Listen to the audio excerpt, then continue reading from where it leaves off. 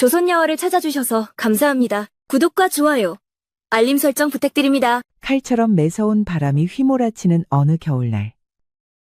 아직 동도 채 뜨지 않아 하늘이 희뿌연 이른 아침이었습니다. 마을 사람들은 모두 따뜻한 집안에서 가족들끼리 한 이불을 덮고 누워 서로의 따뜻한 체온을 나누며 다들 아직 고난잠에 들어 있었지요. 그런데 이 달콤한 휴식을 깨뜨리는 것이 있었습니다. 매서운 겨울바람처럼 찢어질 듯한 한 남자의 통곡 소리였지요. 여보, 여보, 이리 가시면 어떡하오? 우리 아들은 어쩌라고? 아이고, 이 서럽고 또 원통한 울음소리에 마을 사람들은 하나 둘잠에서 깨어나 창밖으로 들리는 흐느낌에 귀를 기울였습니다. 그리고 곧 그 통곡 소리의 주인공을 알아채고 두런두런 이야기를 나누었죠. 결국은 김진사댁 마님이 숨을 거둔 모양일세. 그러게요. 그렇게 오래 고생을 하시더니 남겨진 아이가 불쌍하죠. 아이가 지금 몇 살인 거야? 몇 살은 무슨 이제 겨우 돌도 안 되었을 겝니다. 추수할 때 태어났잖아요. 그 건강하시던 마님이 내 얼른 진사 어른댁에 가봐야겠네. 네, 저도 애들 일어나면 데리고 가볼게요. 김진사는 그 고을에서 가장 존경받는 명문 양반가 집안이었습니다. 오랫동안 벼슬을 한 조상님도 많았고 그간의 녹봉으로 받은 전답이 많아 그 고을 사람들은 대부분 김진사 댁의 땅을 빌려먹고 살고 있었습니다. 지금 그 집안의 어른은 김진사로 아직 젊고 학식 높은 선비였습니다. 과거 시험에도 합격을 했지만 부모님 병간호 때문에 벼슬을 마다하고 내려와 정성으로 부모님을 모시고 번갈아 3년상을 치른 뒤 다시 벼슬길에 나설 작정이었지요. 하지만 그 와중에 사랑하는 아내가 시집 온 지 5년 만에 겨우 잉태를 하여서 아이가 태어나는 것을 보고 겨울을 난 뒤 다시 뜻을 펼칠 계획이 있었던 것입니다. 그렇게 김진사는 30줄이 되어서야 떡두꺼비 같은 아들을 품에 안았습니다. 아들이 태어나던 해는 큰 풍년도 들어서 복덩이가 태어났다며 온 마을 사람들이 모두 기뻐하기도 했지요. 하지만 하늘도 무심하시지. 늘 몸가짐이 얌전하고 조신하며 현숙했던 아내는 출산의 산골을 이기지 못했습니다. 이틀 꼬박 난산에 시달리다 아들을 낳자마자 혼절해서는 가을이 지나고 겨울이 올 때까지 정신을 제대로 차리지 못했던 것입니다. 여보, 제발 눈을 좀 떠보시오. 우리 아들이 이렇게나 컸다오. 여보, 김진사는 매일 손수 젖먹이 아들을 품에 안고 깨어나지 못하는 아내에게 말을 걸기도 하고 직접 입에 미음을 흘려놓고 팔다리를 주무르기도 했습니다. 하지만 아내는 가끔 눈꺼풀이 바르르 떨리기는 하였지만 정신은 영 돌아오지 못한 채 하루하루 시들어가는 꽃처럼 말라가기만 했지요. 거기에 김진사는 근방의 용하다는 의원이며 약방, 침쟁이까지 전부 불러들였습니다. 하지만 모두 소용이 없었지요. 풍을 맞아 쓰러진 병자도 침 한 방에 일으켜 세운다는 소문이 있는 의원마저 환자의 맥을 짚어보더니 혀를 끌끌 찼습니다. 죄송하지만 부인의 맥은 이미 산 사람의 것이 아닙니다. 그게 무슨 소리요? 그럼 죽은 사람이라는 말이요? 산송장이라는 말이 지금 부인의 상태를 말하는 것입니다. 살아는 있지만 송장과 다름없습니다. 아마 이 겨울이 가기 전에 곧 생을 달리하실 것입니다. 제발 부탁이네. 다른 방도가 없겠는가? 내 돈은 얼마든지 줌세. 돈으로도 살 수 없는 것이 사람의 명줄 아니겠습니까? 저도 죄송합니다.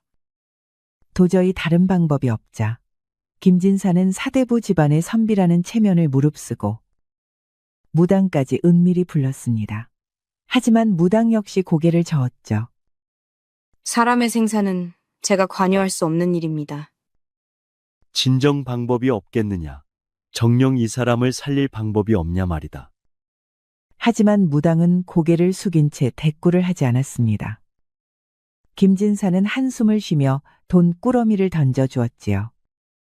알았다. 혹시 방법이 없나 해서 부른 것이다. 먼 길 오느라 고생했으니 여기 품삯이나 가져가거라. 김진사가 건네준 품삯은 아주 넉넉했습니다. 무당은 생각보다 많은 돈을 받더니 곰곰이 생각에 잠긴 듯 했습니다. 그리고 다 죽어가는 마님의 옆에 누워 세상 모르고 잠들어 있는 김진사 아들의 얼굴을 조용히 바라보았지요. 나중에 마님의 명복을 비는 일에 다시 불러주시옵소서. 그래 고맙다. 나중에 꼭 안 사람의 명복을 빌어다오. 김진사는 고개를 돌리며 아내의 마른 손을 잡았습니다. 그때 무당이 결심을 한 듯 방을 나서려다 다시 돌아와 이렇게 말했지요. 진사올은 아드님은 나중에 큰 부귀 영화를 누리며 이름을 크게 떨칠 분이 될 것이옵니다. 뭐라?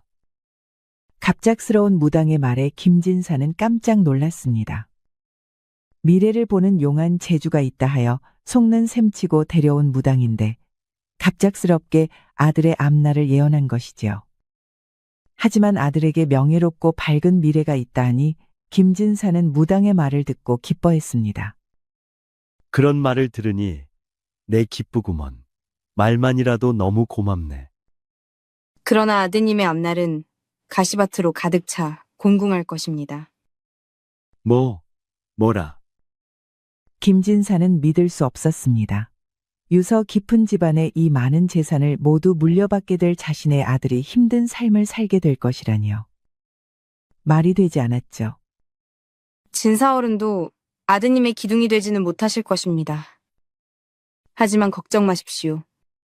그럼 방법이 있단 말이냐? 때가 되면 아드님의 어머니가 될 분이 무덤에서 나와 아드님을 돌봐드릴 것입니다. 또한 무덤에서 나온 이가 아드님의 짝이 되어 평생을 지혜롭게 곁에서 보필할 것입니다. 김진사는 무당의 입에서 나온 말을 이해할 수 없었습니다. 아들의 어미는 곧 죽음을 앞두고 있는데 그 어미가 다시 무덤에서 나와 아들을 도와준다니요? 진사가 어리둥절한 표정으로 무당을 쳐다보았지만 무당은 말을 계속해 나갔지요. 무당은 크게 결심한 표정으로 김진사에게 말했습니다. 아드님은 가장 천하고 가장 낮은 품에서 자라 가장 높은 것으로 가실 분입니다. 그게 대체 무슨 소리인가? 반드시 기억해 주십시오. 가장 낮은 곳에서 자라야만 더 높은 곳으로 올라갈 수 있으실 테니. 가장 낮은 곳. 진사 어르신, 부디 붉은 띠를 한 사내를 조심하십시오.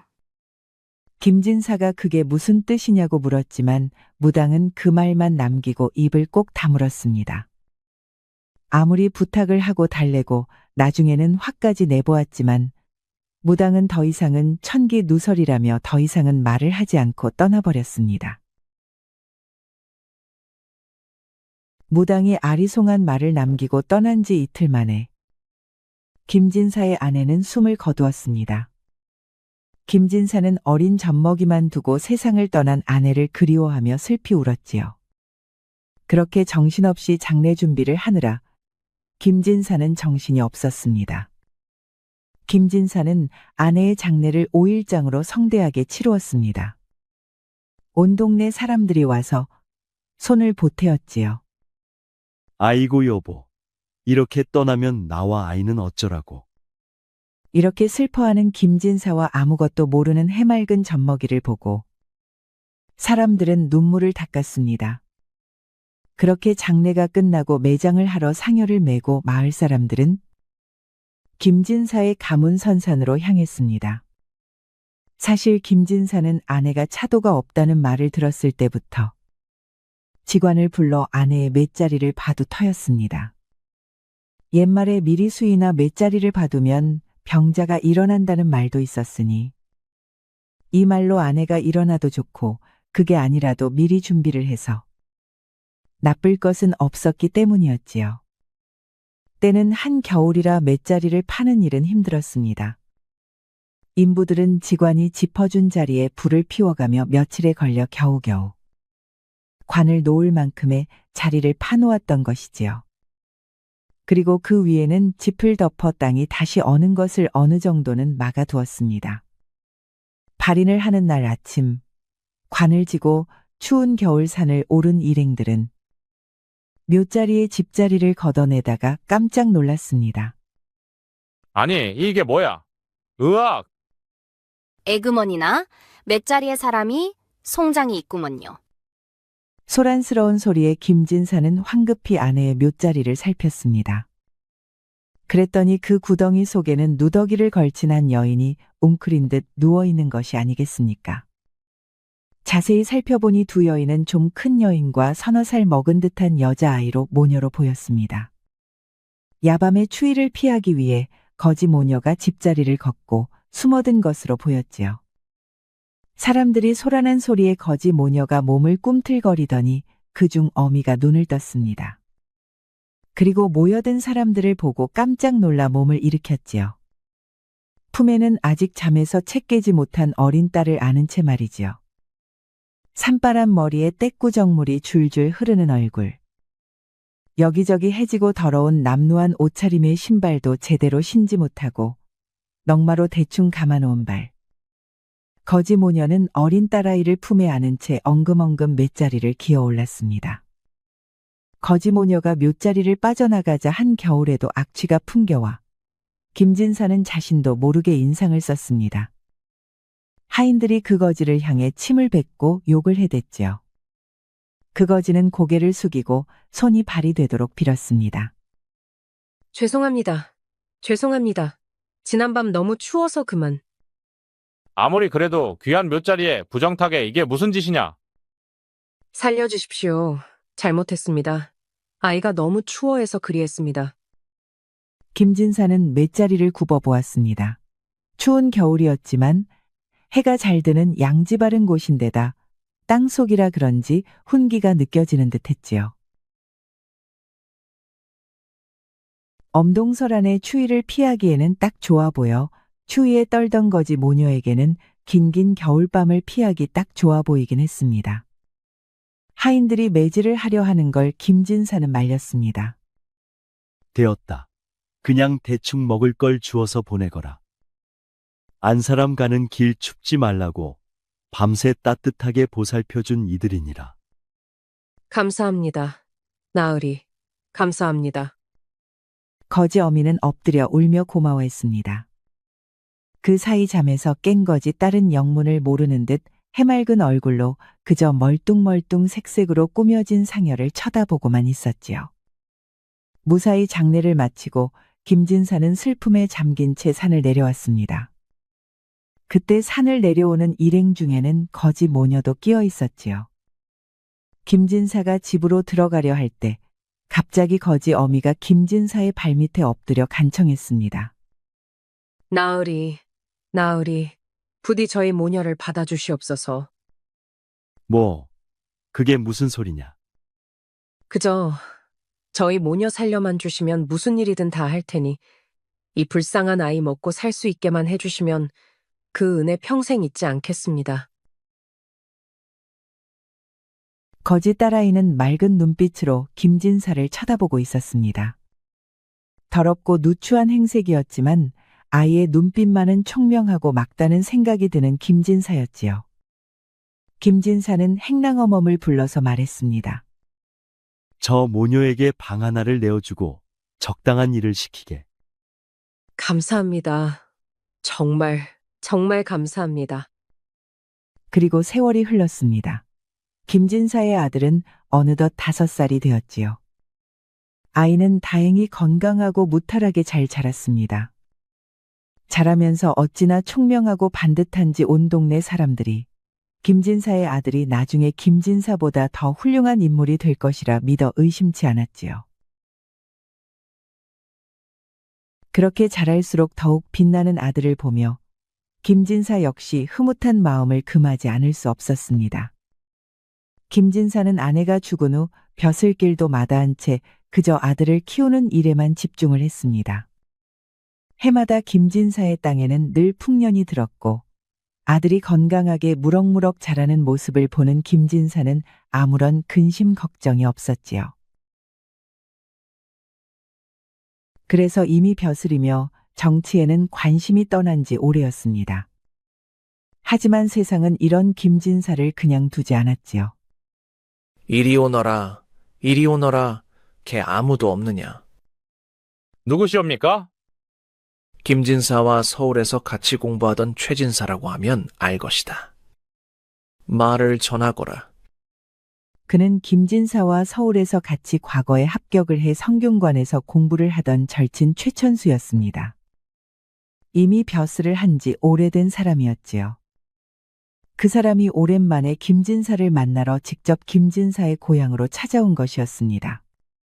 아니, 이게 누구인가? 이복의 천수. 정말 오랜만이네. 이복의 윤석이. 아니, 대체 이게 무슨 일인가? 장원급 제자가 이런 시골에서 꼼짝 않고 들어앉아 얼굴도 보이지 않은 이 말일세. 두 친구는 서로 반가워하며 얼싸안았습니다. 이복에 자네를 찾고 안부를 묻는 사람이 얼마나 많은지 아는가. 부모님 상도 다 치렀고 안사람 일도 잘 끝났으니 이제 그만 한양으로 올라가세. 모르겠네. 나는 그저 여기서 아이 크는 것 보며 사는 것이 참 행복하고 부러울 것 하나 없어. 그냥 이대로 살아도 좋겠다 싶고. 그 무슨 허튼 소리야. 조정에서 자네를 얼마나 필요로 하는데. 자네 부모님도 자네가 이렇게 사는 걸 알면 좋아하시겠나. 친구는 빨리 조정으로 돌아와 벼슬기를 하라고 김진사를 계속 설득했습니다. 원래 부모님 3년상만 치르고 올라가기로 하고 휴직계를 내고 온 차민이 김진사가 돌아가는 것이 마땅한 일이기는 했지요. 결국 김진사는 여기 생활을 정리하고 다시 한양으로 올라가 벼슬길에 나서기로 했습니다. 서방님, 짐은 얼추 다 정리가 되었습니다. 그래 고생했다. 내가 한양에 가 있는 동안 이 집을 잘 부탁한다. 걱정 마세요. 저희가 잘 돌보고 있겠습니다. 오냐, 부모님 때부터 물려온 집이니 잘 돌보아다오. 내 곧 내려올 것이다. 김지사는 한양으로 돌아가 벼슬살이를 하다가 기회를 보아 다시 고향으로 내려올 작정이었습니다. 그때 아들이 깔깔 웃으며 한 여자아이와 술래잡기를 하는 모습이 보였습니다. 아들을 잡으러 돌아다니는 아이는 환하게 웃으며 자신의 아들 뒤를 따랐지요. 집안에서 부리는 종의 아이로 보였지만 얼굴이 뽀얗고 이목구비가 선명해 한눈에 보아도 품위가 흐르는 고운 아이였습니다. 김진사는 놀라 물었죠. 저기 윤재와 놀고 있는 저 아이는 누구냐? 아이고, 못 알아보시겠습니까? 그때 마님 상 치르는 곳에서 주워온 거지 딸이옵니다. 뭐라고? 김진사는 깜짝 놀랐습니다. 그간 세월이 흐르면서 김진사는 아내의 장례를 치르던 날 자신을 따라온 거지 모녀에 대해 잊고 살았습니다. 그때 떼국물이 흐르던 그 어린아이가 저렇게 어여쁘게 큰 사실을 김진사는 몰랐던 것입니다. 그때 그 아이가 저렇게나 자랐구나. 그 어미는 어디 있느냐? 하인은 거지였던 그 어미를 불렀습니다. 그 여인을 보고 김진사는 다시 한번 놀랐습니다. 그 여인은 거지였던 때와는 몰라볼 정도로 얼굴에 생기가 돌고 은은한 기품마저 흐르는 놀라운 미인이었습니다. 거기에 고요한 눈빛과 차분한 몸짓까지 하인이라고 보기에는 전혀 믿어지지 않았지요. 주인마님 부르셨습니까? 내 지나가다 보면 못 알아볼 뻔했구나. 잘 지내고 있으니 다행이다. 이게 다 주인마님의 은혜 덕분입니다. 내가 한양으로 가게 되었으니 여기서 잘 지내고 있거라. 주인마님, 청이 있습니다. 제발 저희 모녀를 같이 데리고 가주십시오. 뭐, 너희도 같이 따라가겠단 말이냐? 네, 저희는 여기에 식솔이 있는 다른 하인들과 다르게 가족도 친척도 없습니다.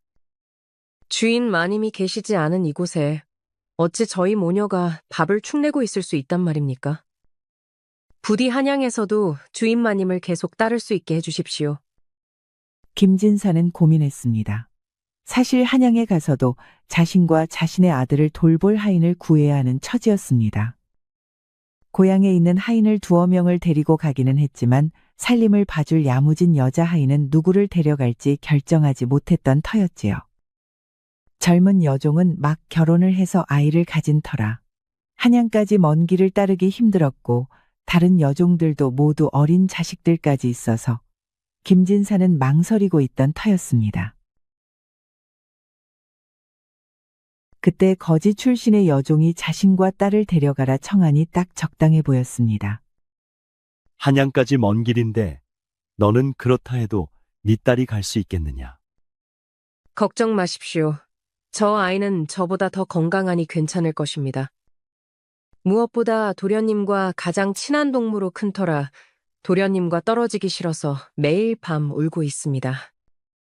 김진사는 마당 한켠에서 자신의 아들과 깔깔대며 놀고 있는 소녀를 바라보았습니다. 그 모녀를 같이 데리고 간다면 자신의 걱정도 덜어질 듯 했지요. 그래, 네 이름이 무엇이냐? 저는 월선이라 합니다. 그리고 제 딸아이는 오키라 불러주십시오. 그래, 월선아, 앞으로 잘 부탁한다. 그렇게 김진사 일행은 한양으로 떠났습니다. 단촐한 짐과 약간의 세간살이 그리고 월선이와 오키도 함께였지요. 일행은 부지런히 걸어 한양에 당도했습니다. 그 먼 길을 가면서 오키는 단 한 번의 불평도 하지 않고 즐겁게 걸었습니다. 아직 어린 김진사의 아들은 월선이가 업어서 한양까지 갔지요. 어린 아들을 등에 업은 고운 여인과 귀여운 딸아이. 그리고 풍채 좋은 김진사는 멀리서 보면 한 가족과도 같아 보였습니다. 김진사는 적당한 집을 하나 구해 한양에서의 생활을 시작했습니다. 김진사는 다시 벼슬길에 올라 벼슬아치의 생활을 시작했고 월선이는 알뜰살뜰 살림을 했지요. 매일 새벽같이 일어나 월선이는 김진사에게 따뜻한 아침밥을 차려주고 김진사와 김진사 아들 윤재의 옷을 정성스럽게 빨아서 다려 입혔습니다. 오키 역시 어머니를 도와 집안일을 했습니다. 손끝이 얼마나 야무진지 충분히 한 사람 몫을 해내었지요.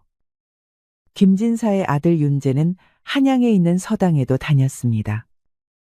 서당에 가는 길은 늘 오키가 함께했지요.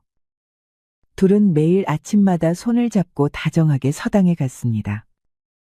오키는 윤재가 공부를 하는 동안 마당에서 귀동냥으로 글 공부하는 것을 듣다가 함께 집으로 돌아오곤 했습니다. 그리고 늘 윤재에게 오늘 공부한 것을 물었지요. 도련님 오늘 배운 걸 이야기해보세요. 오늘은 인상교득책은 주백사가주랑 구절을 배웠어. 주백사가주가 아니라 즉백사가주예요. 따라해보세요. 인상교득책은 즉백사가주. 인상교득책은 즉백사가주. 잘하셨어요. 그럼 뜻이 뭔가요?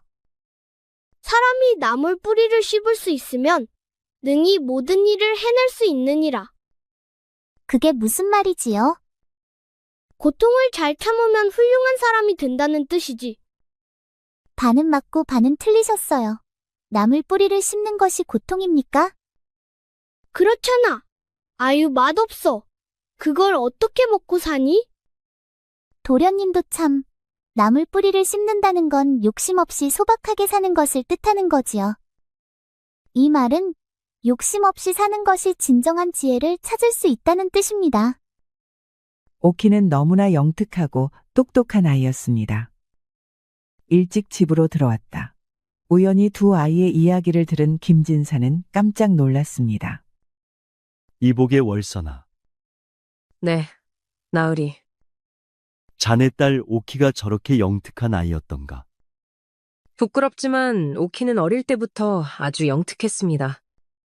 한 번 본 것은 잊지 않고 천자문도 도련님 어깨 너머로 베어 닫대었습니다. 오, 그렇단 말인가. 그날 이후로 김진사는 일을 마치고 돌아와 저녁상을 물린 뒤 자신의 아들과 오키를 나란히 앉혀놓고 그를 가르쳤습니다. 그리고 가르치면 가르칠수록 오키의 영특함에 놀랐지요. 자신의 아들도 보통의 아이들보다 훨씬 똑똑한 아이였지만 오키의 영특함에는 비할 바 없을 정도였습니다. 김진사는 속으로 탄식했습니다. 안타깝구나. 이 아이가 사대부집 아들로 태어났다면 정말 나라를 위해 큰일을 할 사람이 될 것을. 그러나 김진사의 이런 행복한 시기도 얼마 오래가지 못했습니다. 궁궐의 조정에는 심상치 않은 조짐이 있었습니다. 당시 조정에는 오랜 파벌 싸움이 극으로 치달아 서로를 고발하고 심지어는 거짓 고변을 하여 상대를 죽이는 일까지 서슴지 않는 일이 빈번했지요. 그리고 왕은 신하들의 이 다툼을 교묘히 이용해 자신의 정치에 이용하는 일도 서슴지 않았던 것입니다. 김진사는 최대한 이러한 정치 다툼에서 멀리하고 조용히 할 일을 하며 몸을 숙이고 지냈습니다. 하지만 마수는 곧 김진사에게도 손을 뻗쳤습니다. 이복의 김교리, 자네 최천수와 오랜 벗이라며? 네, 그렇습니다. 조심하게 해. 최천수가 지금 병판의 다툼에 휘말려 옥사를 치를 판이네. 그게 무슨 소리이십니까? 그는 그럴 사람이 아닙니다. 지금 그게 중요한가? 최천수의 처가가 좌의정의 사람들 아닌가? 병판이 눈에 가시로 여기다가 그 화가 결국 그 사람에게까지 뻗쳤으니 자네도 조심하게. 김진사의 마음은 불안해졌습니다. 아들의 장래와 자신의 가문을 위해 다시 정치인의 길로 나선 것이 어쩌면 큰 잘못일지도 모르겠다는 생각이 들었던 것이죠. 김진사는 서둘러 회의실로 향했습니다. 이복의 치수. 오, 김교리 왔는가? 이게 무슨 일인가? 지금 자네에 대한 안 좋은 일을 듣고 왔어. 목소리를 낮추게. 나를 따라와. 어서. 친구를 으슥한 뒷마당으로 끌고 나온 김진사의 친구 최치수는 김진사에게 낮은 목소리로 말을 했습니다. 좌의정 대감이 우리 처가의 오촌 형님 되시지 않는가? 사실 내가 지금 불안한 것은 사실일세. 이를 어쩌면 좋은가? 나보다도 나 때문에 자네가 혹시라도 고초를 치를까 걱정이 되네. 나에게 무슨 일이 생기더라도 절대 아는 척을 해서는 안 되네. 내 어찌 그럴 수가 있는가? 어린 아들을 생각하게. 자네에게 변고가 생기면 그 아이의 앞날은 어찌 되겠는가? 친구와 그런 이야기를 나누고 집으로 돌아가는 김진사의 마음은 무거웠습니다. 그리고 왠지 모를 불길한 예감이 들었지요. 그렇게 터벅터벅 집으로 돌아가는 길, 길거리에서는 구판이 벌어져 있었습니다. 무심결에 그 구판을 쳐다보던 김진사는 문득 과거 무당의 말이 떠올랐습니다. 그러나 아드님의 앞날은 가시밭으로 가득 차 곤궁할 것입니다. 김진사는 벼락같이 그 옛날 들었던 무당의 말이 떠올랐죠. 진사어른도 아드님의 기둥이 되지는 못하실 것입니다. 하지만 걱정 마십시오.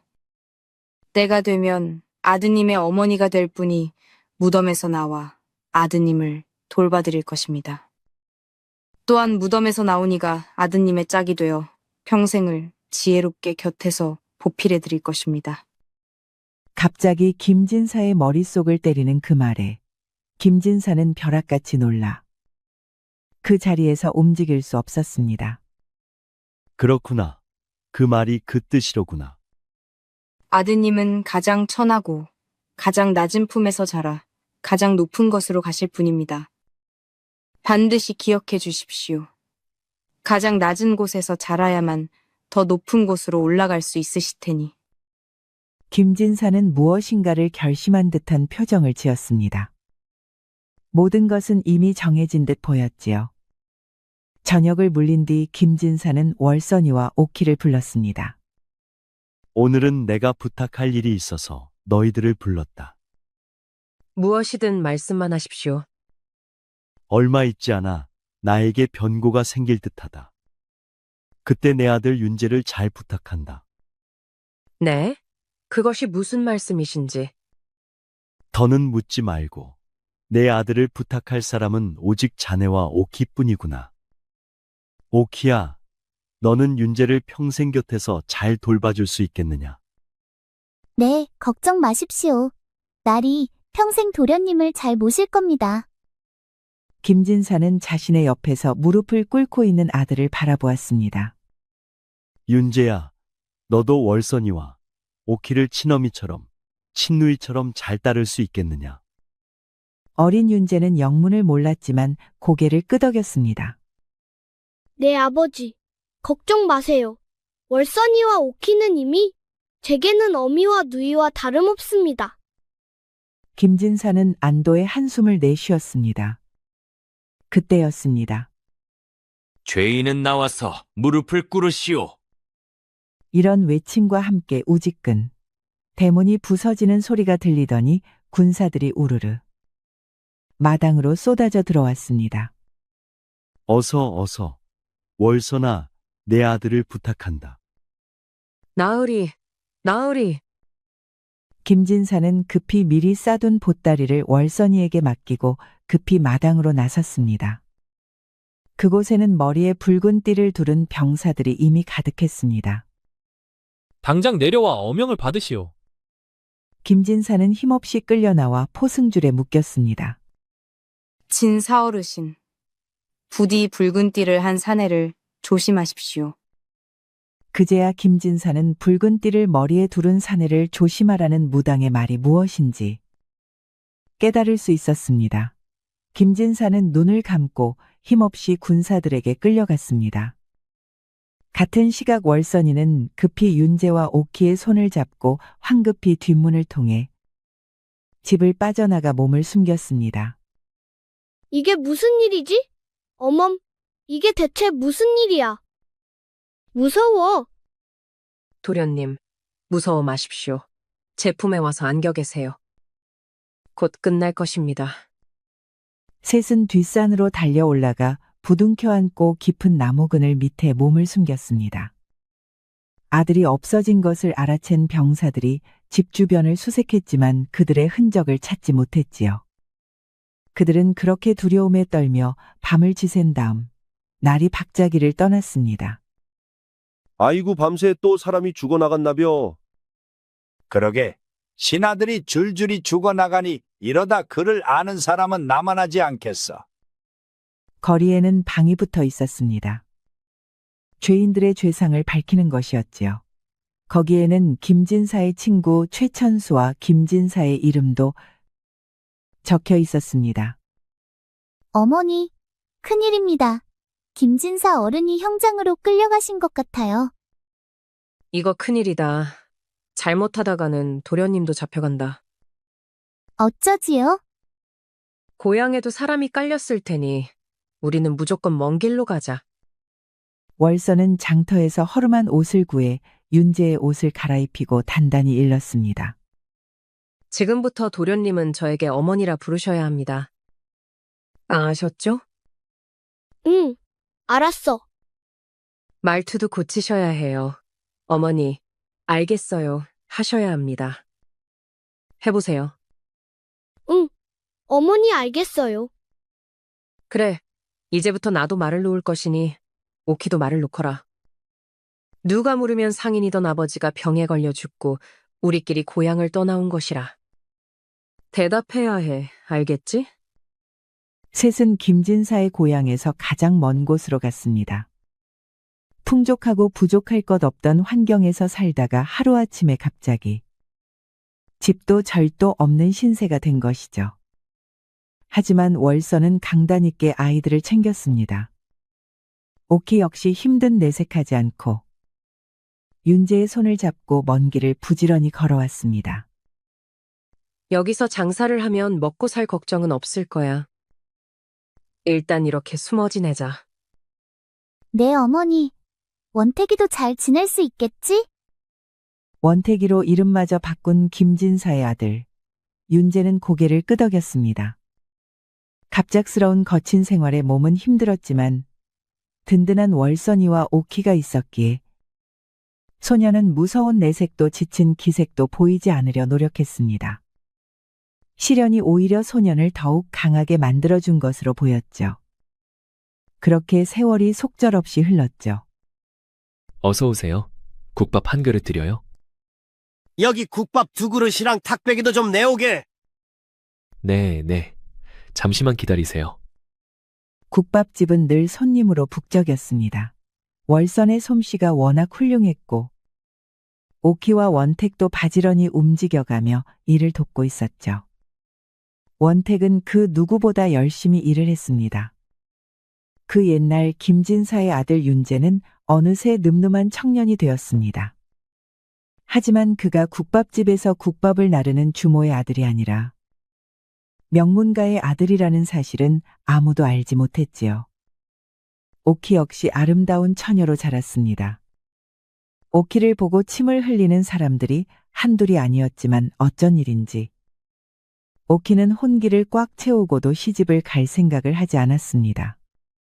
저녁이 되어 뒷정리를 마친 오키는 자러 들어가려다 환하게 불이 켜진 원태기의 방을 보고 들어갔습니다. 원태가, 뭐해? 공부하고 있었어? 자기 전에 책 좀 읽고 자려고. 우리 원태기 기특하네. 하루도 게을리하지 않고 공부를 다 하고. 내가 아직도 옛날 코올리게인 줄 알아. 누이도 참. 세월은 속절없이 흘러 그들은 가족이라 주위 사람들을 속이고 시장에서 국밥집을 운영하며 살았습니다. 올해 새로운 전하가 등극하시는 걸 기념하는 과거가 치루어질 거야. 그게 나랑 무슨 상관이야? 무슨 소리야. 얼른 과거에 나가 급제를 하고 아버지의 원통한 한을 풀어야지. 김진사는 억울한 누명을 쓰고 처형되었습니다. 고향에 있던 모든 가산도 몰수가 되었지요. 그 뒤로 시간이 흘러 그때 일을 벌였던 사람들과 왕이 전부 세상을 떠나 새로운 왕이 새롭게 왕위에 올랐던 것입니다. 하지만 원태기는 과거의 뜻이 없었습니다. 아무리 오키가 설득을 해도 벼슬에는 뜻이 없어 보였지요. 어머니, 도련님이 과거를 치르지 않겠다 하니 어쩝니까? 아직 두려우실 수 있으니 어쩌겠느냐. 하지만 여기 시장 바닥 국밥집 아들로 있을 뿐이 아니라는 걸 아시잖아요. 어린 시절 너무 큰 일을 겪으셨으니 어쩌겠니. 이해해 드려야지. 그러다 이대로 계실까 걱정이 됩니다. 하지만 도저히 마음을 돌릴 방법이 없어요. 그날 밤 월선이는 밤새 잠을 자지 못하고 뒤척였습니다. 그리고 다음 날 일찍 원태기를 불렀지요. 원태가 내가 너를 내 아들로 생각하는 걸 알고 있지? 그럼요, 어머니. 저 역시 어머니가 제 어머니라 생각하며 살고 있습니다. 그럼 내 소원을 좀 들어다오. 말씀만 하세요. 어머니, 뭐든 다 들어드릴게요. 그러자 갑자기 월선이는 원태기 앞에 무릎을 꿇고 털썩 엎드렸습니다. 원태기 깜짝 놀라 월선을 일으키려 하자 월선은 눈물을 흘리며 말했죠. 도련님. 어머님, 이러시지 마세요. 일어나세요, 어서. 아무리 그러셔도 제가 도련님 어머니가 아닌 걸 아시지 않습니까? 아닙니다.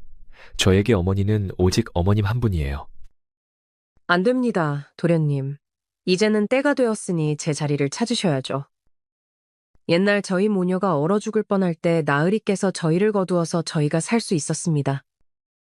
부디 과거에 정진하셔서 나으리의 억울한 누명과 도련님 집안의 누명을 벗겨주세요. 눈물을 흘리는 월선의 말에 원태기는 어쩔 수 없었습니다. 월선은 그동안 모아두었던 노잣돈을 챙겨주며 원택을 과거길로 떠나보내게 했죠. 어머니, 누이 그럼 저 다녀오겠습니다. 네, 도련님. 이제 저를 어머니라 부르시지 않아도 됩니다. 그러니 부디 가문의 명예를 회복하셔서 돌아오세요. 그럼 월선 어멈? 오키도 이제 더 이상 나의 누이가 아닌가? 네, 그거야 그렇지요. 원래도 아니지 않았습니까? 그러자 원택, 아니 윤재는 품속에서 작은 녹가락지를 꺼내었습니다. 그리고 오키의 손에 그 가락지를 쥐어주며 말했죠. 내 다시 돌아올 때는 예쁜 옷가락지를 사올 테니 꼭 기다리고 계시오. 오키는 아무 말도 못한 채 얼굴만 붉게 물들였습니다. 그렇게 두 모녀의 환송을 받으며 윤재는 서울로 길을 떠났죠. 그렇게 기다리기를 몇 달. 한양에서는 아무런 전갈도 그 어떠한 소식도 없었습니다. 월선은 아무 내색도 하지 않았지만 그 누구보다 오키의 속이 타들어갈 것을 알았기에 그저 마음만 졸였습니다. 그러던 어느 날 어사가 행차하신다. 어사가. 아침부터 소란스러운 소리에 장사 준비를 하던 월선과 오키는 깜짝 놀라 마당을 내다보았습니다. 그러니 이게 웬일이겠어요. 과거 급제를 하고 어사화를 쓴 윤재가 말을 타고 마당에 들어서는 것이 아니겠어요. 둘은 깜짝 놀라 마당으로 뛰쳐나왔습니다. 윤재는 훌쩍 말에서 뛰어내려 그 둘에게 다가갔죠. 월선은 그 모습을 보고 바로 무릎을 꿇었습니다. 오키 역시 마찬가지였죠. 도련님, 어찌 이런 기쁜 일이... 역시 도련님은 해내실 줄 알았어요. 눈물을 흘리는 둘을 보며 윤재는 손을 잡아 둘을 일으켰죠. 어머님, 이제 눈물을 거두세요. 도련님이 웬 말입니까? 저에게 어머님은 오직 저를 키워주시고 길러주신 어머님 한 분뿐입니다. 윤재는 뜨거운 눈물을 흘리며 월선을 마루에 앉히고 큰 절을 올렸습니다. 그 모습을 보는 동네 사람들 역시 눈물을 흘렸죠. 어머니, 일어나셨어요. 그럼요. 벌써 일어났습니다. 지금 출타하는 길이십니까? 네, 다녀오겠습니다. 어머님, 이 사람 잘 부탁드립니다. 참 서방님도 제가 아이입니까? 뭘 부탁한다고 그러셔요. 홀몸이 아니지 않습니까? 부디 조신히 계세요. 집안일은 아래 것들 시키고. 잔소리 그만하시고 얼른 나가십시오. 모두들 기다리고 있다 하셨잖아요. 고래등 같은 기와집에서 셋은 즐거운 대화를 나누고 있었습니다.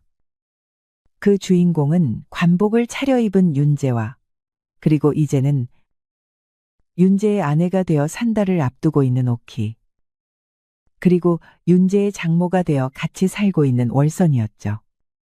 봄이 되고 오키는 윤재를 꼭 닮은 아이를 낳았습니다. 아이고, 어쩜 이렇게 도련님을 꼭 닮은 귀한 아이가 태어났을까 그래.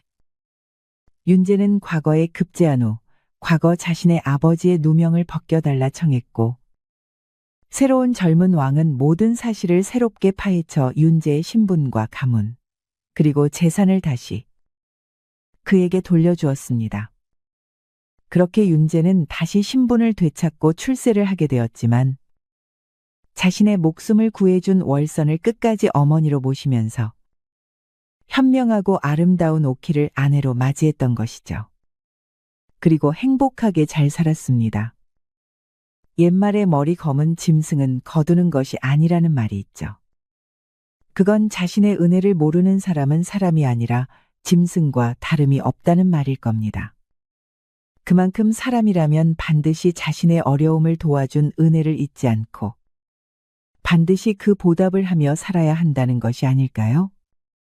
그러면 그 보답은 언젠가 자신에게 반드시 돌아올 테니까요.